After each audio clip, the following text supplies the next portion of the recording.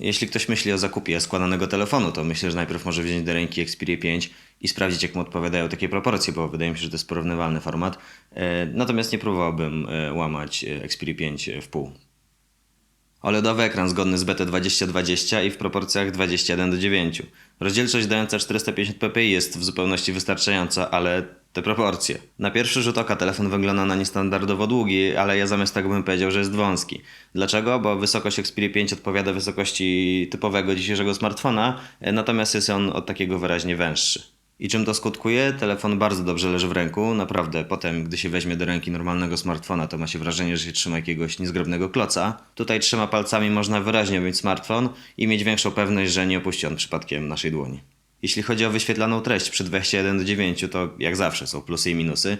Mianowicie wygodnie czyta się tekst dostosowany do szerokości ekranu, coś jak kolumna w gazecie, natomiast kiepsko korzysta się z PDF-ów, bo wtedy trzeba przewijać tekst na ekranie. Poza tym specyfika takich proporcji różnie sprawdza się w zależności od konkretnej aplikacji i tak na przykład wygodnie przegląda się feed na Instagramie, bo zdjęcia dostosowują się do szerokości ekranu, przez co widać więcej treści naraz, a z drugiej strony mogą być gry, dla przykładu Fortnite, gdzie cały interfejs na tym ekranie się oczywiście mieści i nie brakuje żadnej funkcjonalności, natomiast widać, że układ elementów na ekranie po prostu nie był projektowany pod tak podłużne wyświetlacze. Problematyczne jest również oglądanie filmów, bo w przypadku najpopularniejszego formatu 16:9 uzyskujemy albo dość małą powierzchnię, albo żeby wypełnić ekran wyraźnie obcinamy obraz z góry i z dołu. Oczywiście co innego w przypadku filmów w filmowych proporcjach, wtedy wypełniamy cały ekran. Może wyliczając wyszło mi więcej minusów niż plusów, ale ten wygodny chwyt wąskiego telefonu jest nie do przecenienia. Wracając jeszcze do wyświetlacza, to jest on świetnej jakości, z bardzo dobrymi kątami widzenia, czytelny w bezpośrednim słońcu, a wyświetlane na nim zdjęcia pod kątem dozorowania barw wyglądają świetnie. To jest po prostu bardzo dobry ekran, który należy zestawiać z flagowcami, a nie z telefonami ze średniej półki. Sama bryła telefonu jest nad wyraz kanciata, a trzymając go w ręku bez patrzenia nie jesteśmy w stanie stwierdzić, czy trzymamy go przodem czy tyłem, bo zarówno przód jak i tył są identyczne i oba pokryte szkłem Gorilla Glass 6. Jakby ktoś się zastanawiał, dlaczego domyślna tapeta wyciemnia się ku tyłowi i górze, to odpowiedź jest oczywista. To prawie sprytny sposób na schowanie sporych ramek górnej i dolnej, a dzięki takiej ramce znalazło się miejsce na diodę powiadomień, co przynajmniej dla mnie jest dużym plusem.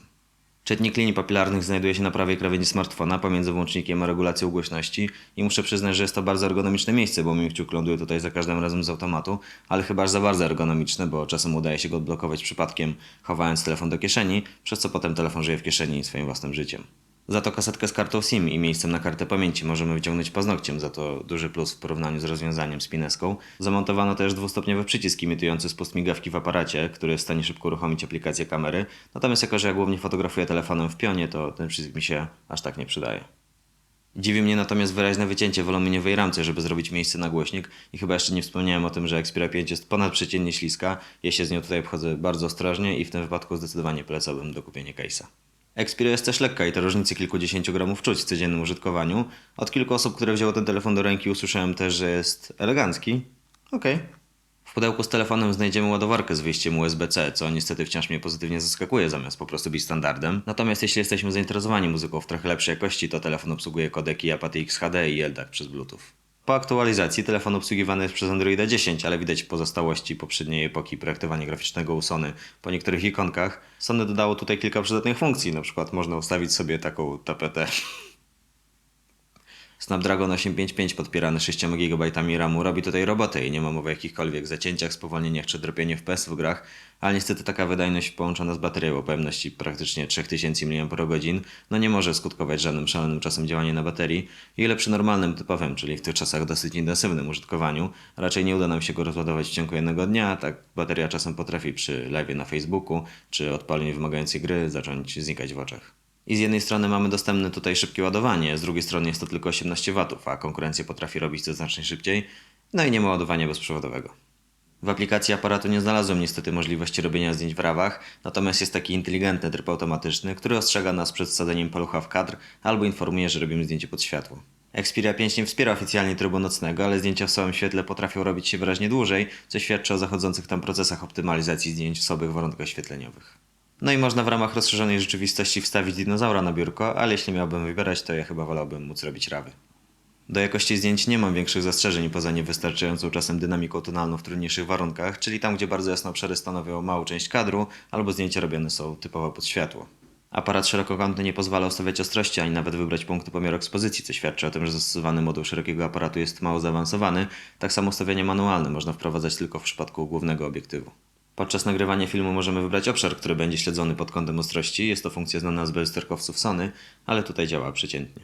Sony preinstaluje też specjalną aplikację do profesjonalnego filmowania smartfonem. Aplikacja ta ma nawet wbudowaną emulację luku z kamer takich jak Sony Venice oraz w pełni manualne ustawienia, poza oczywiście wartością przysłony, która jest stała. W tym na przykład czas migawki podany w stopniach i to wszystko wygląda fajnie, ale nie widzę tutaj żadnych narzędzi do sprawdzania poprawności ekspozycji, choćby histogramu, więc całość mogę potraktować co najwyżej jako taką ambitną ciekawostkę.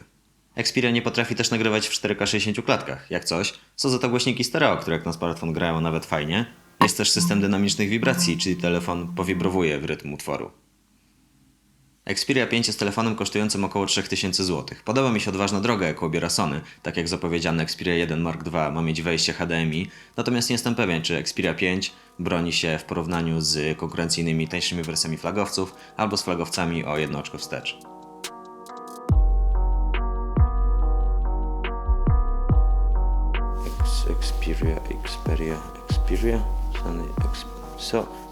Xperia, Sony Xperia 5, Sony Xperia 5, Sony Xperia 5.